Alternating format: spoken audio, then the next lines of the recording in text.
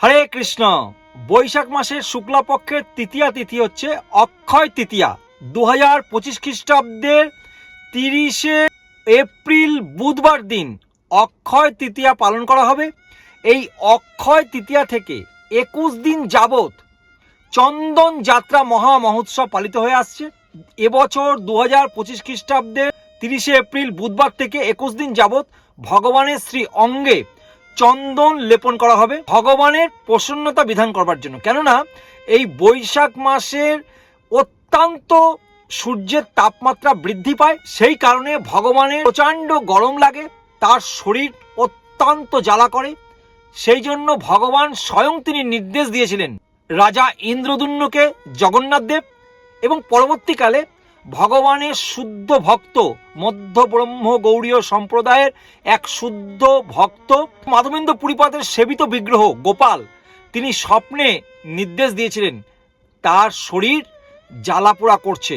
নীলাচল থেকে মলয় পর্বত থেকে মলয় যে চন্দন এনে তার শরীরে লেপন করবার জন্য। বৈশাখ মাসের শুক্লপক্ষের তৃতীয়া তিথি অক্ষয় তৃতীয়া, এই অক্ষয় তৃতীয়া থেকে 21 দিন যাবৎ চন্দন লেপন করা হয়। তো বৃন্দাবন, মায়াপুর, সারা ভারতবর্ষের সকল ইস্কন মন্দিরে, রাধাকৃষ্ণ মন্দিরে, রাধা মাধব মন্দিরে বিশেষভাবে এই 21 দিন যাবৎ চন্দন লেপন করা হয় ভগবানের শ্রী বিগ্রহতে, এবং 21 দিনে 21টি বেশ সুন্দর সাজে ভগবানকে সাজানো হয়।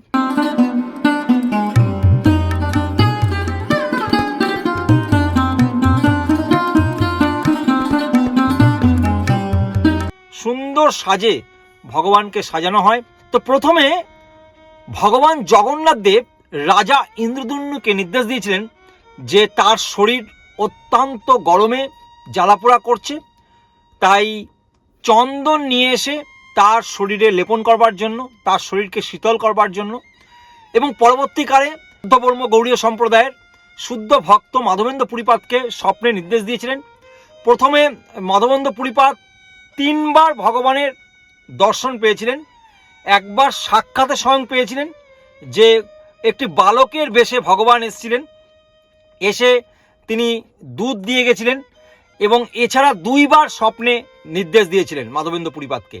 তো এইভাবে 3 বার দর্শন পেয়েছিলেন। তো মাধবেন্দ্র পুরীপাদ যখন ভ্রমণ করছিলেন, ভ্রমণ করতে করতে যখন বৃন্দাবনে গিয়েছিলেন, তখন বৃন্দাবনে গিয়ে গোবর্ধন পরিক্রমা যখন করছিলেন, গোবর্ধন পরিক্রমা করবার পরে রাধাকুণ্ডের তীরে একটি বটবৃক্ষের নিচে বসে তিনি আছেন। তখন সেই সময় জপ করতে করতে একটু তন্দ্রাভাব এসেছিলেন মাধবেন্দ্র পুরীপাদের। তো তখন তিনি স্বপ্নে ভগবান আদেশ করেন যে আমি তোমার জন্য অনেক দিন ধরে অপেক্ষা করছি।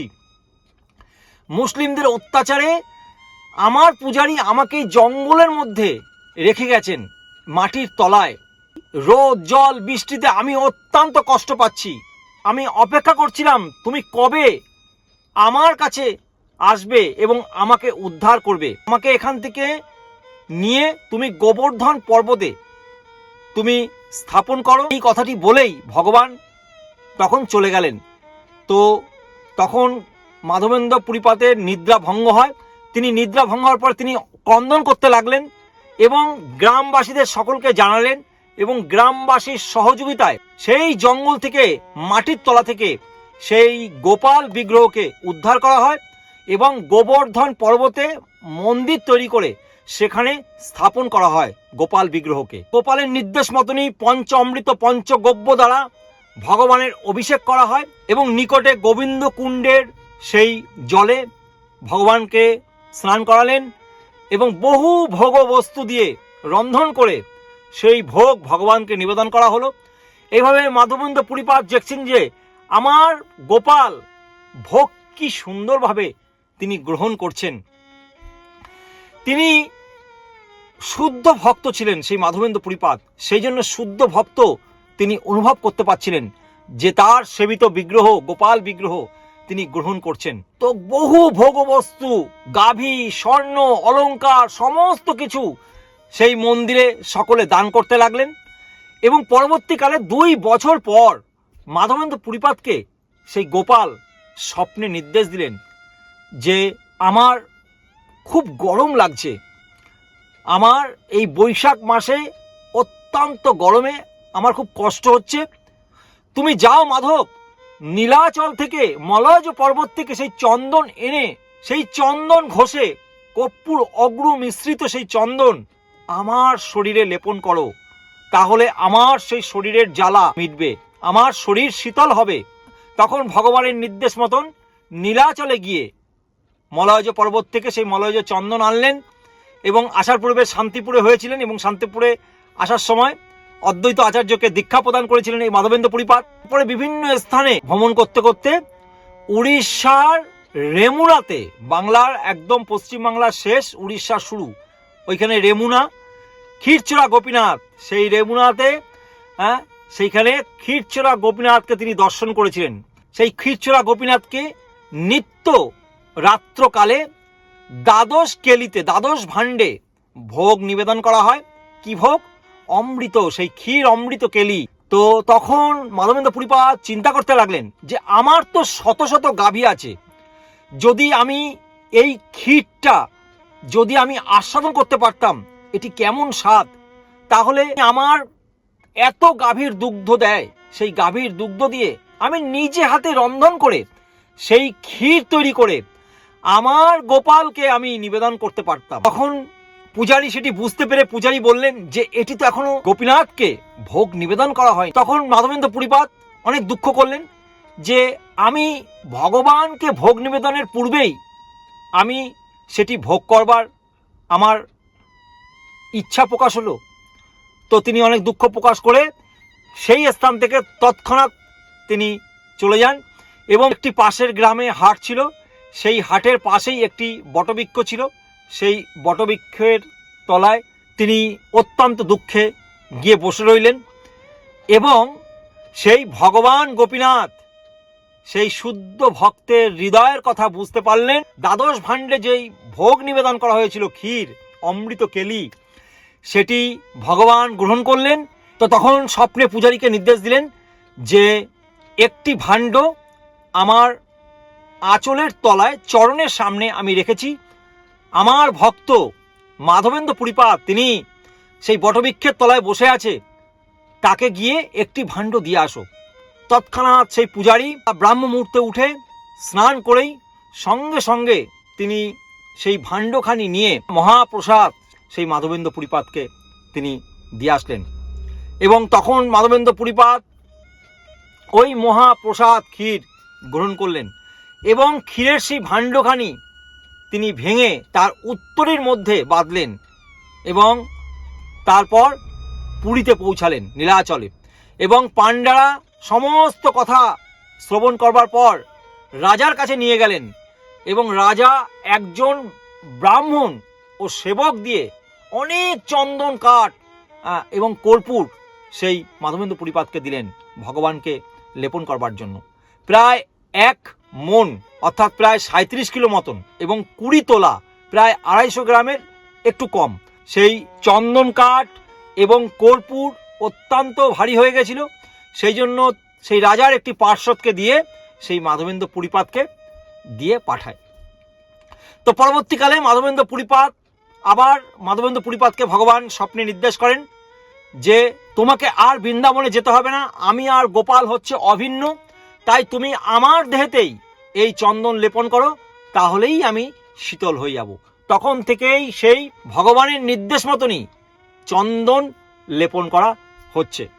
তো তার থেকেই সমস্ত সারা পৃথিবীতেই আমাদের মধ্যব্রহ্ম গৌড়ীয় সম্প্রদায় সকলেই এই ভগবানের শ্রী অঙ্গে এই চন্দন লেপন করা হয়ে থাকে। এছাড়া মহাভারতে উল্লেখ আছে যে পঞ্চপাণ্ডবের যখন অজ্ঞাতবাসের সময়, সেই সময়কালে তারা যখন বিরাট রাজার রাজপ্রাসাদে ছদ্মবেশে অবস্থান করছিলেন, তখন বিরাট রাজা কিন্তু তাদেরকে প্রথমে চিনতে পারেননি, কিন্তু যখন ভীম কর্তৃক তীচককে যখন বধ করা হলো তখন কিন্তু তাদেরকে চিনতে পারলেন এবং পঞ্চপাণ্ডবদের প্রতি অত্যন্ত প্রসন্ন হলেন সেই বিরাট রাজা এবং মিত্রতার সম্পর্ক স্থাপন করলেন পঞ্চপাণ্ডবদের সঙ্গে। তো পরবর্তীকালে একদিন যুধিষ্ঠির মহারাজ সেই বিরাট রাজাকে একদিন বললেন ভগবান শ্রীকৃষ্ণ সন্তুষ্টি বিধানের জন্য নৌবিহার করবার আয়োজন করতে। তো এক বিশেষ চন্দন যাত্রার আয়োজন করা হলো এবং যুধিষ্ঠির মহারাজের এই নির্দেশ মতন কিন্তু বিরাট রাজা সেই আয়োজন করেছিলেন এবং ভগবান শ্রীকৃষ্ণ এবং বলরামকে নিমন্ত্রণ করা হয়েছিল এবং বিরাট রাজার এই আয়োজন এবং আন্তরিকতায় ভগবান শ্রীকৃষ্ণ অত্যন্ত প্রসন্ন হয়েছিলেন। শ্রীকৃষ্ণ এবং বলরাম আনন্দের সহিত সেই বিরাট রাজার এই নৌবিহার চন্দন যাত্রায় অংশগ্রহণ করেছিলেন এবং বৈশাখ মাসের এই তপ্ত গরমে বিরাট রাজার সেই চন্দন বাটার জল মিশ্রণ করেছিলেন এবং বিরাট রাজার এই বিশেষ আয়োজনে পঞ্চ পাণ্ডব কৃষ্ণ বলরাম অংশগ্রহণ করেছিলেন। এরপরেও কিন্তু আমরা দেখতে পাই যে ভগবান শ্রীকৃষ্ণ পঞ্চ পাণ্ডব সহিত এবং তার সখাগণ সহিত নরেন্দ্র সরোবরে এই বিশেষ লীলা সম্পূর্ণ করেছিলেন। তো এইভাবে আমরা দেখতে পাই শাস্ত্রে এই চন্দন যাত্রার বিশেষ মাহাত্ম্য বর্ণনা করা হয়েছে। আপনারা চন্দন, অরিজিনাল চন্দন সংগ্রহ করবেন, আপনার নিকটবর্তী ইস্কন মন্দির থেকে আসল চন্দন কাষ্ঠ জোগাড় করবেন এবং ওই স্টলেই, ইস্কনের মন্দিরেই স্টলেই আপনি পেয়ে যাবেন শুদ্ধ অরিজিনাল কর্পূর এবং অগ্রু। কর্পূর এবং অগ্রু খুব সুগন্ধি দ্রব্য বলে শাস্ত্রে বর্ণনা করা হয়েছে এবং চন্দন সর্বশ্রেষ্ঠ সুগন্ধি দ্রব্য হচ্ছে চন্দন। চন্দন, কর্পূর, অগ্রু মিশ্রিত। অগ্রু কর্পূরটা অল্প দেবেন আর চন্দনটা দিয়ে বাটবেন, দিয়ে ভগবানের সারা অঙ্গে, ভগবানের চক্ষু যুগল বাদ দিয়ে পুরো মুখমণ্ডল সারা অঙ্গে লেপন করবেন চন্দন। এছাড়া রাধারানীর ললাটে দিতে পারেন। হ্যাঁ, এই চন্দন আপনারা লেপন করবেন। আপনাদের বাড়িতে বিগ্রহ থাকলে বা চিত্রপট থাকলে এইভাবে আপনারা লেপন করবেন। এছাড়া প্রতিটা ইস্কন মন্দিরে এই 21 দিন যাবৎ চন্দন যাত্রা হয়ে থাকে এবং এর মধ্যে একদিন নৌবিহার, বিশেষ করে মায়াপুরে নৌবিহার হয়ে থাকে, সেটি আপনারা দর্শন করতে পারেন। খুব সুন্দর বেশে সজ্জিত করা যায়, ভগবানকে করা হয়, সেটা আপনারা মন্দিরে গিয়ে অবশ্যই দর্শন করবেন। আপনারা প্রাতকালীনে ঘুম থেকে উঠবেন। বৈশাখ মাসে প্রাত স্নান, বৈশাখ মাসের প্রাত স্নানের বিশেষ মাহাত্ম্য আমরা পূর্ববর্তী ভিডিওতে আলোচনা করেছি, আপনারা দেখে নেবেন যদি না দেখে থাকেন। বৈশাখ মাসে প্রাত স্নানের বিশেষ মাহাত্ম্য আছে। আপনারা প্রাত স্নান করবেন, ব্রাহ্মমুহূর্তে ঘুম থেকে উঠে মঙ্গল আরতি করবেন, তুলসীতে জল সেচন করবেন। তুলসী জলদানের বিশেষ মাহাত্ম্য কথা আমরা পূর্বে ভিডিওতে আলোচনা করেছি, আপনারা দেখে নেবেন, এই চ্যানেলে পেয়ে যাবেন আমাদের। তো আপনারা অবশ্যই অর্চন, ভগবানের যখন অর্চন করবেন সেই সময় আপনারা প্রতিদিন চন্দন লেপন করবেন। অনেকে প্রশ্ন করেছিলেন চন্দনটা কি চন্দন লেপন করব? শ্বেত চন্দন, রক্ত চন্দন। ভগবানকে চন্দন লেপনের ক্ষেত্রে অবশ্যই শ্বেত চন্দন অর্থাৎ সাদা চন্দন লেপন করতে হবে। কোন রকম লাল চন্দন বা রক্ত চন্দন কিন্তু নিষেধ আছে শাস্ত্রে, ঠিক আছে? সাদা চন্দনই লেপন করতে হবে। তো আপনাদের অবশ্যই সকলেই, বাড়ির সকলেই অল্প একটু হলেও ভগবানকে এই 21 দিন যাবৎ আপনারা প্রতিদিন চন্দন লেপন করুন। হ্যাঁ, চন্দনের মধ্যে কর্পূর, অগ্র মিশ্রিত করে লেপন করুন। এইভাবে আপনারা 21 দিন ধরে আপনারা ভগবানের শ্রী অঙ্গে চন্দন লেপন করবেন, আমরা আশা রাখবো, এবং ভগবানের সন্তুষ্টি বিধান করবেন। তার ফলে আপনারা ভগবানের অশেষ কৃপা আপনারা কিন্তু লাভ করতে পারবেন, ঠিক আছে? তো এইভাবে আপনারা এই 21 দিন চন্দন লেপন করুন ভগবানের। আমাদের এই প্রতিবেদনটি সকলের কাছে পৌঁছে দিন, যাতে সকলে ভগবানের শ্রী অঙ্গে 21 দিন যাবৎ বিশেষ চন্দন লেপন করতে তারা উৎসাহিত হয়। আপনারা বেশি বেশি করে শেয়ার করে দেবেন। চ্যানেলে প্রথমবার আসলে আমাদের চ্যানেলটিকে সাবস্ক্রাইব করে নোটিফিকেশন বেল আইকনটিকে অল করবেন। ভিডিওটি ভালো লাগলে আবারও বলছি বেশি বেশি করে শেয়ার করবেন। কমেন্ট বক্সে লিখবেন হরে কৃষ্ণ। আপনারা ভালো থাকবেন, সুস্থ থাকবেন, সদা কৃষ্ণ ভাবনাময় হয়ে থাকবেন। জয় জগন্নাথ, নিতাই গৌড়, শীতনাথ প্রেমানন্দের হরি হরি বল।